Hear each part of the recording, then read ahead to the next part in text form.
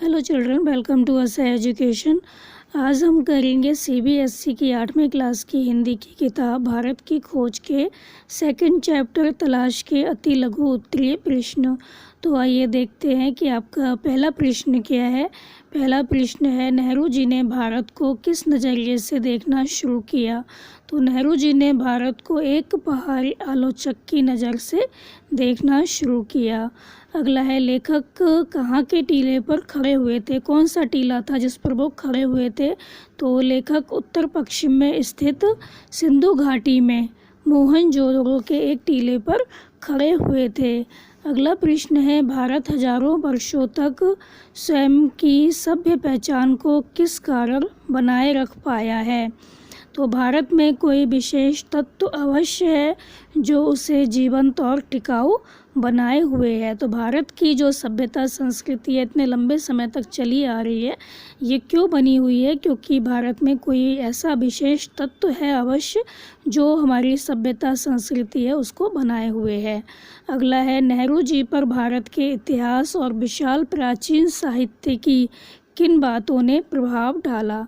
तो नेहरू जी पर इनमें वर्णित विचारों की तेजस्विता, भाषा की स्पष्टता, सक्रिय मस्तिष्क की समृद्धि ने गहरा प्रभाव डाला। तो नेहरू जी पर जो इतिहास और विशाल प्राचीन साहित्य है उसमें जो तेजस्विता थी, भाषा की स्पष्टता थी और सक्रिय मस्तिष्क की समृद्धि थी, इन सब चीज़ों ने उन पर बहुत अधिक प्रभाव डाला।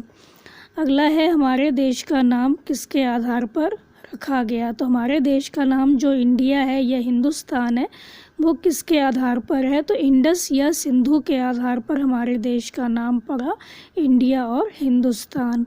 गंगा जी के बारे में नेहरू जी ने क्या कहा था। तो गंगा जी के बारे में नेहरू जी ने कहा था कि गंगा ने इतिहास के आरंभिक काल से, मतलब प्राचीन काल से ही, आरंभ के काल से ही भारत के हृदय पर राज किया है। गंगा की गाथा भारत की सभ्यता और संस्कृति की कहानी है। अगला प्रश्न है, कुंभ के मेले में नेहरू जी ने क्या देखा। तो कुंभ के मेले में नेहरू जी ने हजारों की तादाद में लोगों को आते हुए देखा। यहाँ महान स्नान पर्व होता है। तो जो कुंभ का मेला लगता है, जैसे कि हरिद्वार है, इलाहाबाद है, तो जो नेहरू जी थे वो इलाहाबाद के ही रहने वाले थे, तो ये अक्सर कुंभ के मेले में जाते थे। तो उन्होंने क्या देखा, वहाँ पर हजारों की तादाद में, मतलब बहुत बड़ी संख्या में लोग आ रहे हैं और स्नान कर रहे हैं। तो जो कुंभ का मेला होता है उसमें लोग क्या करते हैं, गंगा जी में स्नान करते हैं और ये सोचते हैं कि हमारे जो पाप हैं वो धुल गए। तो कुंभ के मेले में नेहरू जी ने हजारों की तादाद में लोगों को आते हुए देखा और यहाँ महान स्नान पर्व होता है। यूरोप के तकनीकी विकास के पीछे क्या था। तो यूरोप के तकनीकी विकास के पीछे विज्ञान की चेतना थी। अगला प्रश्न है, जब रचनात्मक प्रवृत्ति क्षीण होती है तब कौन सी प्रवृत्ति उसकी जगह ले लेती है। तो यहाँ पूछा गया है, जब रचनात्मक जो व्यवहार है, जब हम कोई काम करते हैं स्वयं और वो नहीं कर पाते तो फिर हम कौन सा काम करने लगते हैं, हमारी कौन सी प्रवृत्ति है वो उसकी जगह ले लेती है। तो जब हमारी रचनात्मक प्रवृत्ति क्षीण होती है, हमारी क्रिएटिविटी ख़त्म हो जाती है, तो हम क्या करते हैं, दूसरों के पीछे पीछे चलने लग जाते हैं और लोगों को देखकर हम काम करते हैं। तो जब रचनात्मक प्रवृत्ति क्षीण होती है तब उसकी जगह अनुकरण करने की प्रवृत्ति ले लेती है, मतलब दूसरों के पीछे हम चलने लगते हैं, दूसरों को देखकर ही काम करने लगते हैं। अगला है, सरल सजीव और समृद्ध भाषा की जगह किसने ले ली। तो सरल सजीव और समृद्ध भाषा की जगह अत्यंत अलंकृत और जटिल साहित्य शैली ने ले ली। तो जो पहले भाषा होती थी बहुत सरल होती थी और सजीव होती थी और समृद्ध होती थी, लेकिन उसके बाद क्या हुआ, जो लेखक थे उनकी जो लिखने की परंपरा जो चली आ रही थी उसमें उन्होंने बदलाव लाया और क्या हुआ, जो लिखने की परंपरा थी जो कि बहुत सरल सजीव और समृद्ध भाषा में लिखते थे, अब उन्होंने उसकी जगह अपनी भाषा में अलंकारों को डालना शुरू किया। उनकी जो भाषा थी काफ़ी जटिल हो गई, लोगों को आसानी से समझ में नहीं आती थी। अगला है, संकीर्ण रूढ़िवादिता को किसने जन्म दिया? संकीर्ण रूढ़िवादिता ने किसको जन्म दिया? तो संकीर्ण रूढ़िवादिता ने अंधी मूर्ति पूजा को जन्म दिया। तो लोग क्या हुआ, काफ़ी रूढ़िवादी हो गए और उनकी जो मानसिकता थी काफ़ी छोटी हो गई और उन्होंने फिर क्या हुआ, अंधी मूर्ति पूजा को जन्म दिया। मतलब वो मूर्ति पूजा को बहुत अधिक मानने लगे। अगला है, प्राचीन और नवीन के बीच मनुष्य की क्या लालसा बनी रही? तो पुराने को बनाए रखने की और साथ ही नए विचारों को आत्मसात करने की जो लालसा है वो मनुष्य के अंदर पनपी।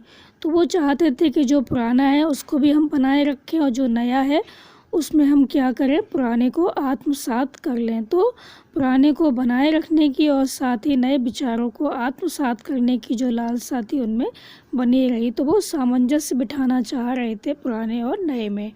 अगला है, नेहरू जी को 5000 साल से चली आ रही सांस्कृतिक परंपरा की निरंतरता में क्या प्रतीत होता था? तो इसमें उन्हें विलक्षणता प्रतीत होती थी। तो उनको लगता था कि हमारी जो सांस्कृतिक परंपरा है इतने साल से चली आ रही है, इसमें कोई ना कोई बहुत ही विलक्षण बात तो है। अगला है, लेखक भारतीय संघर्ष में नेतृत्व के लिए किसकी ओर देखता था? तो लेखक भारतीय संघर्ष में नेतृत्व के लिए निश्चित रूप से जो मध्य वर्ग था उसकी ओर देखते थे। अगला क्वेश्चन है, मध्य वर्ग के अंदर विद्रोह की चेतना क्यों पनपी थी? तो मध्य वर्ग जो था वो स्वयं को बंदी और सीमाओं में जकड़ा हुआ महसूस करता था। वो अंग्रेजी शासन में कुछ भी नहीं कर पा रहा था, इसलिए उसके अंदर विद्रोह की चेतना पनपी।